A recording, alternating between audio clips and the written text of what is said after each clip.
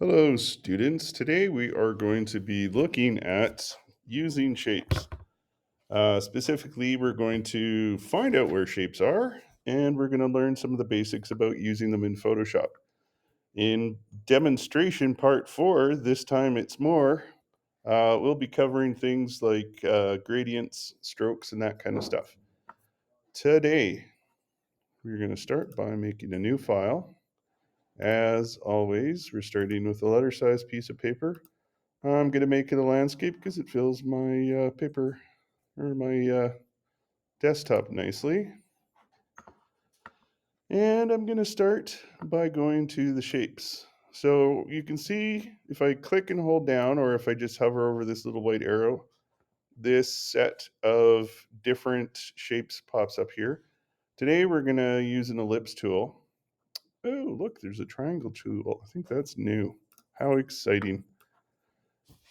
And I'm just going to start out by drawing a nice big circle. You can't see this, but I'm holding down the shift key to make sure that it looks like a circle instead of an oval. Okay. Now, if I look up here, you can see it looks like there's nothing here, but the reason why is because the fill is set to white. So I'm going to change that to, let's go for a nice red, or that's pink. Whatevs. And over here is where our stroke is. We're not going to bother with that today, but I do want you to know where that control is.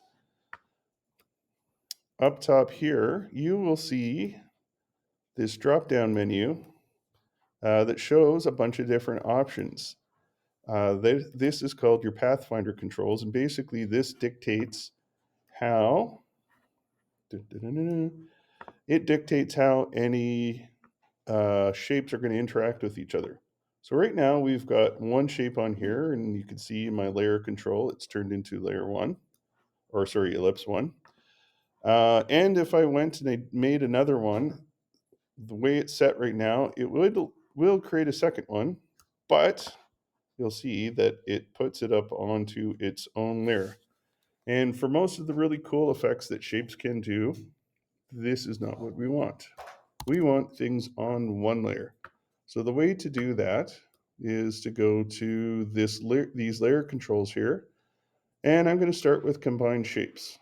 And I'm going to go back, check my layers over here, make sure that my ellipse is active, and I'm going to draw a second circle. Now when I'm done, you'll notice that I haven't added an extra layer, and I've got two shapes in here with these blue lines. If I wanted to, I can go back and move the shape around using this tool here, the Path Selection tool. The Direct Selection tool does similar things, but we'll save that for later when we get into more intricate stuff. Now that I've got both shapes in here, I'm going to grab everything and I'm going to show you, well, I'm going to call it magic, but it's computer magic. I'm going to show you what happens with the different interactions between the different shapes. If I subtract front shape, in this case, it's reversing everything. If I go to intersect, you'll see that where those two shapes intersect, that's where the color is left behind.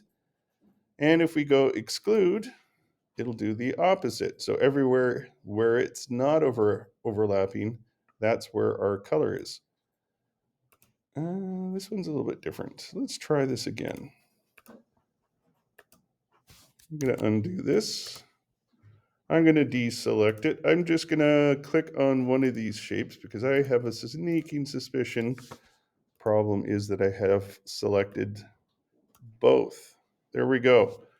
So because I had two shapes in there, it inverted the whole thing, and everything outside uh, went to color. But if I just have that last shape selected, you'll notice that it just subtracted that shape from the original one. So we've got a little bite out of let's call it a cookie. So now that we've gone through this, you guys should hopefully be set up to try your next challenge, and that will be after this. Anyways, hopefully that explains the general idea of how editing shapes in Photoshop works. If you have any questions, please feel free to contact me, or put up your hand if you're in class. Thank you.